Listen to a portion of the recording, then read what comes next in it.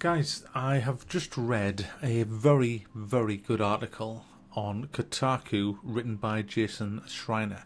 It is about Anthem and why it sucked. I mean, we all know Anthem sucks, but why does it suck? A lot of people blame the publisher. Whenever Electronic Arts is involved, yeah, just blame Electronic Arts. But it's not just Electronic Arts. I mean, I've often called out developers because it's generally the developers, the development team or part of it that actually come up with the actual design concept of the game. And I've been kind of blasted a few times by people on my channel for blaming developers over publishers. But in this case, I think BioWare have to shelve half of the blame. In fact, it's a kind of a three-way thing. I'm linking the article in the description of this video, and I really want everybody to read it because it is a fascinating insight into how to f*** up a game, pretty much. So as I was saying, it's a three-way split.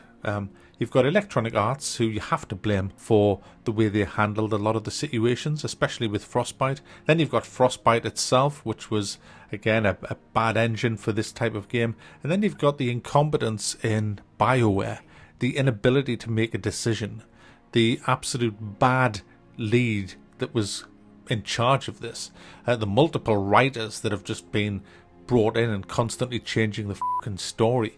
I mean, it's unbelievable that a game that's been in development for 6 years didn't even have its first mission done 2 years before the game was due to be released. I mean, in fact, the E3 video that was released was utter bullshit. I mean, half the stuff in that video never even came into the game because the game, they didn't even know what they were making. I mean, I'm not going to go into the actual piece here because I want you to all read it, but guys, it's unbelievable that nobody knew about the game that they were making. They didn't even know what it was about, what it was supposed to do. It was just like they were just making it up as they went along. They were going into meetings where you were supposed to flesh out design things, and nobody had the balls to actually take the lead and say, right, this is the path we're going. They would come out of meetings no wiser.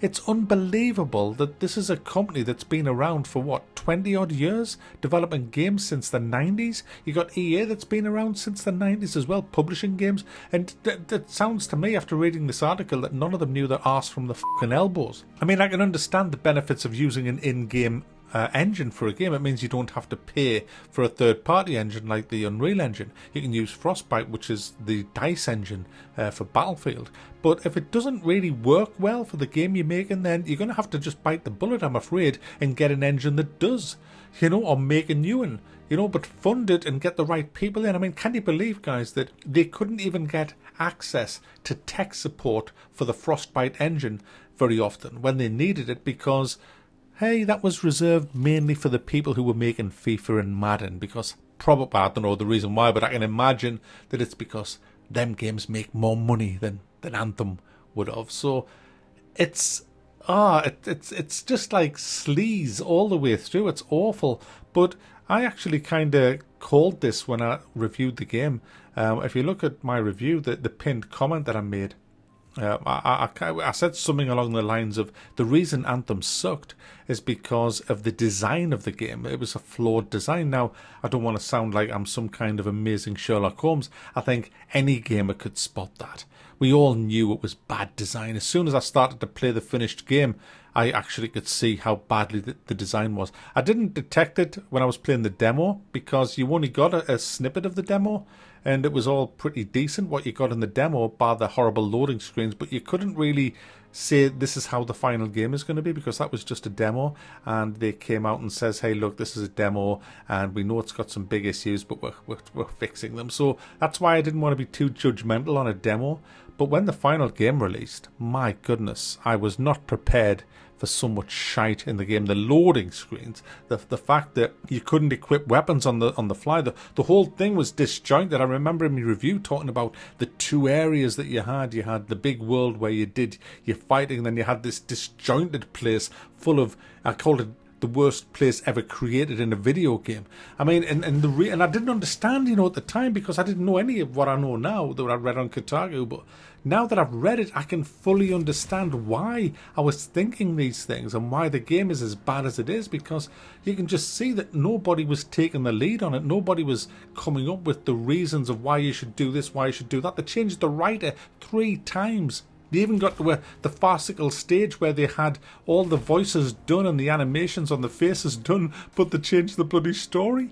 And so people are saying stuff that doesn't actually happen in the game. It became just a farce. But the sad thing is, guys, there was people had nervous breakdowns. The poor coders, the guys on the development side who are the bottom of the rung, the artists, the coders and all that, they were constantly being told to change stuff or to make that work when the engine couldn't do it, and they needed to speak to tech support but couldn't, and it was stressing them out. They must have been under immense stress, and I feel really sorry for them. A lot of them walked and just left. There was people leaving left, right and centre. It was shambolic. The lead designer left after 2 years, giving no other reason other than, hey, it's time for me to look back on my life and think of where I want to go now. I mean, you don't do that in the middle of a fucking multi-million-pound AAA game. I think we have a situation in the gaming industry where we have too much money. There's too much money sloshing around in the bottom of the bloody swamp here.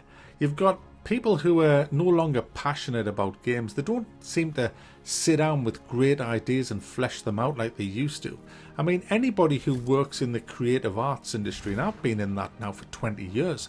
I mean, my trade, before I did what I'm doing on YouTube, I used to do pilots. I did pilots for some network TV shows. I didn't do them for myself, it was for another company, but there were still pilots. I did documentaries, I did promotional videos, I did charity videos, I did all kinds of stuff. And whenever I got a job after I'd received the brief, I would actually flesh out the entire storyboard, everything, every scene, every location. I'd go to locations, find that's where I'm going to do this, work out who's going to be there, what I need for the job, so that on the day I knew exactly what was going on, who was going to be where, what lighting I needed, whether I needed steady cams, whatever I needed, who I needed, what they were going to say, and how it was all going to look. And it was all done so that there was no big things would happen to drop me in the shit, although you can't account for everything. But that's just basic being a professional. And you would have thought that for a video game that would need even more fleshing out than that these people would sit down and come up with an absolute rock solid idea of what the game would be and make sure especially that the engine they were using could do it. I mean, they just didn't do that. I mean, that's the basic principles of any kind of business. You just work it out first on paper and then or on computer and then do it in reality. I mean, they just don't do that. I mean, I'm a hypocrite in one sense because I don't ever do that with my videos now on Worth the Buy, but that's because of the style that I want. For example, there isn't a single video that I've ever done on Worth the Buy that's scripted. I mean, I don't even know what I'm going to say next on this. I've got no bullet points. I've got nothing. I play a game, and then I press the record, and then I speak my mind. And that's why I come across with passion, because I don't want to sound like one of these corporate fucking robot reviewers that's everywhere on the internet. I want to just speak my mind, and this is what I've done here. I've read this article, and I have no idea what I'm going to say. I don't know what I'm going to say next. Breasts. See, I didn't know I was going to say breasts, but I'm now going to sup my Yorkshire tea. Oh, yeah. So where do we go from here with our games? I don't know, but when I think back, yeah, here he goes, the good old days. But yeah, when I think back to Westwood Studios, look at Westwood Studios, made Command & Conquer. I mean, they made some great games, Red Alert, and then Electronic Arts bought them. Where's Westwood Studios now? They don't exist. They've gone. Gobbled up by the corporate giant, split up into pieces and scattered. We need a time when publishers don't exist in computer games. I mean, look at Risk of Rain 2 that I reviewed, I think it was yesterday. It's similar to Anthem.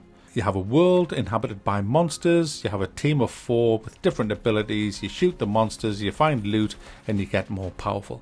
That was made by 3 people, and it's 1,000 times better than Anthem. I mean, what the indie is, I've always said indie is the future. Indie is where the actual innovation is. Now, they might not have the best coders, they might not have the best artists, but my goodness, they are gamers. They don't think, right, how can I develop this game and design this game so that it makes me the maximum amount of money? That's not how they think. That's how the big publishers think, because they're trying to keep their shareholders happy. This is why they want more service games where you're constantly buying stuff with microtransactions in the game. That's how they make the big money. That keeps the fat shareholders happy, which keeps the publishers happy. And the developers at the bottom get the little crumbs off the table. But indie isn't like that. In indie development, they think, right, what would be fun? And that's what we've kind of lost in gaming now. We've lost the passion in the big conglomerates, if you like. It's sad to see BioWare reduced to what it is now. In-house fighting between the two BioWare houses. It's all just fucking sad. From someone who was there at the beginning, who saw BioWare evolve into a company firsthand. I saw it with the early games that they did. To see what they've become now is just, it's sad. I don't get angry, I'm just sad. And do you know whose fault it is, guys? It's yours. The gamer's fault. For buying all the bullshit. When will you learn that if you buy the bullshit, you're gonna get bullshit? You buy the loot crates, you're gonna get more. You pre-order all your games with all these stupid fucking spreadsheets that you need to see which version to get, you're gonna get more stuff where you will have your game broken down into little bits. If you buy cosmetic items in the store, you're going to get more games that are going to be focused purely on services. Have you noticed we hardly ever now get offline single player great games? Because they don't make the money anymore.